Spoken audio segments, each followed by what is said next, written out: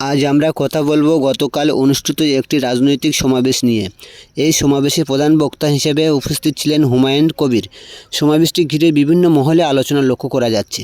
সমাবেশে বক্তব্য রাখতে গিয়ে হুমায়ুন কবির জনসাধারণের উদ্দেশ্যে একাধিক গুরুত্বপূর্ণ কথা বলেন। তিনি তার বক্তব্যের একটি অংশ বলেন, তার কথাবার্তায় যদি কোনোভাবে কেউ কষ্ট পেয়ে থাকেন তাহলে তিনি সেজন্য আন্তরিকভাবে দুঃখ প্রকাশ করেছেন।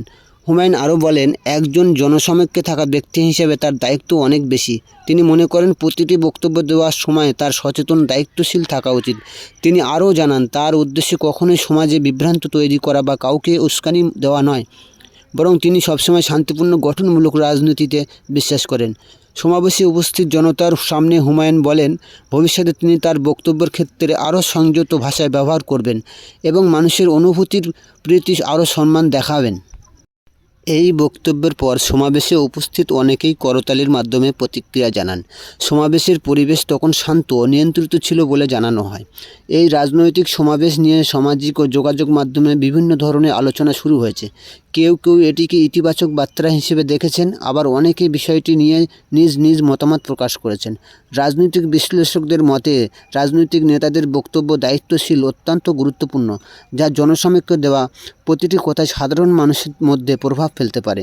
নিত্য নতুন সংবাদ পেতে আমাদের এই চ্যানেলটি সাবস্ক্রাইব করুন এবং আমাদের পাশে থাকুন। বেশি বেশি করে শেয়ার করুন, লাইক করুন এবং কমেন্টে আপনার মতামত জানাতে ভুলবেন না। প্রিয় দর্শক, আপনারা দেখছেন এমটি নিউজ বাংলা, সঙ্গে রয়েছে আমি শরীফুল ইসলাম।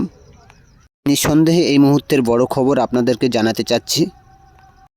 সব মিলিয়ে গতকালের রাজনৈতিক সমাবেশ শুধুমাত্র একটি কর্মসূচি নয়, একটি রাজনৈতিক শিষ্টাচার, বক্তব্যের দায়িত্বশীলতা বা জনগণের সঙ্গে নেতার সরাসরি সংযোগ এবং রাজনৈতিক সাংস্কৃতিক ইতিবাচক দিকগুলো নিয়ে নতুন করে আলোচনার সুযোগ তৈরি করেছে। ঠিক গতকালকে হুমায়ুন কবির কী বলেছিলেন ওই মহাসমাবেশ থেকে আপনাদেরকে শোনাবো, সেই ভিডিও আপনাদেরকে দেখাবো সরাসরি এমটি নিউজ বাংলার পর্দায়।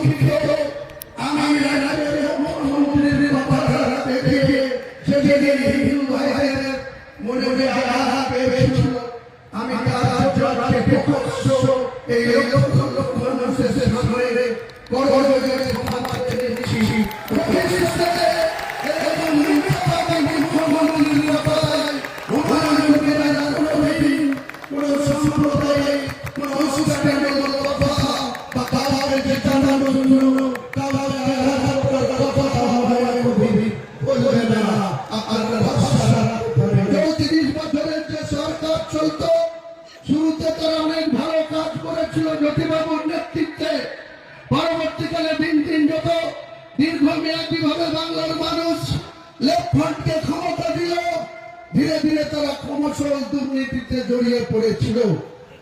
আমরা একটা ভোটকে হরিপুর লোকসভায় মুসলমান ভোট, যখন প্রণব মুখার্জিকে ভোট দিয়ে নির্বাচিত সাংসদ করে, সেই মুর্শিদাবাদের মুসলমানরা তখন সাম্প্রদায়িক হয় না, তারা গদ্দার হয় না। মুসলমানরা যখন শুরু থেকে বামফ্রন্টের সেই আরএস পৃথ্বীদীপ চৌধুরী থেকে শুরু করে, ননীগোপাল ভট্টাচার্য থেকে শুরু করে প্রমথেশ মুখার্জিদেরকে বারবার ভোট দিয়ে বহরমপুরের সাংসদ রূপে পাঠায়, তখন মুসলমানরা ধর্ম নিরপেক্ষতায় থাকে। কিন্তু যখনই আদিক চৌধুরীর বিরুদ্ধে ভোট দিয়ে ইউসুফ পাঠানকে ভোট দেয়, এই ইউসুফ পাঠানকে ভোট দিয়ে জিতানোর জন্য মমতা বন্দ্যোপাধ্যায় আমাকে নির্দেশ দিয়েছিল। তার নির্দেশ কার্যকরী করতে গিয়ে আমি হিন্দু সমাজের মানুষকে বলেছিলাম, 1 মে 2024 সন্ধ্যা 7টা, তার আগে 30 এপ্রিল 2024, 24 ঘন্টা আগে উত্তরপ্রদেশের মুখ্যমন্ত্রী যোগী আদিত্যনাথ এসে, যেখানে 72% মুসলিমের বাস যে জেলায়, সেই জেলায় এসে তিনি আমার বুকের উপরে দাঁড়িয়ে আমাকে দাঙ্গাবাজ আখ্যা দিয়েছিল, আমাদেরকে উল্টো করে টাঙিয়ে সিধা করার কথা বলেছিল। তার প্রতিবাদ করে তৃণমূলের এইসব জেলার এমএলএ নেতা, অনেক বড় বড় এখন কোঅর্ডিনেটর হয়েছে, তারা কোনোদিন মুখ খুলেনি। এই হুমায়ুন কবিরকে তার প্রতিবাদ করতে হয়েছিল। মমতা বন্দ্যোপাধ্যায় 1 মে 2024 ভোট ছিল মুর্শিদাবাদের বহরমপুর, মুর্শিদাবাদ আর জঙ্গিপুর কেন্দ্রের 7ই মে 2024, বহরমপুর, দুর্গাপুর, কৃষ্ণনগর, রানাঘাট এসবের ভোট ছিল 13ই মে 2024।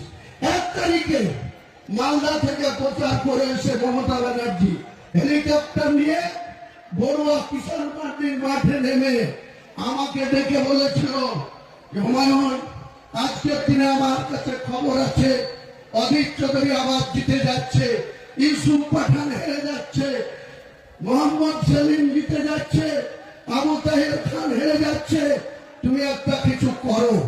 আমি বলেছিলাম, দিদি আপনি জেলার সাংগঠনিক সভাপতি করে রেখেছেন কাদের বিধায়ক অপূর্ব সরকার, আপনি জেলার চেয়ারম্যান করে রেখেছেন রেজিনগরের বিধায়ক রবিউল আলম চৌধুরী, তাদেরকে বলুন আপনার প্রার্থীকে যেতে হবে, আমাকে কেন বলছি? তখন বলেছিল যা হবার হয়েছে, তুমি কেবল, আমি ইউসুফের বাবা মাকে কথা দিয়ে বরোদা থেকে, গুজরাট থেকে বহরমপুরে নিয়ে এসেছি, তুমিই পারবে, তোমার কথা মুর্শিদাবাদের মানুষ শুনে, তাই যখন তুমি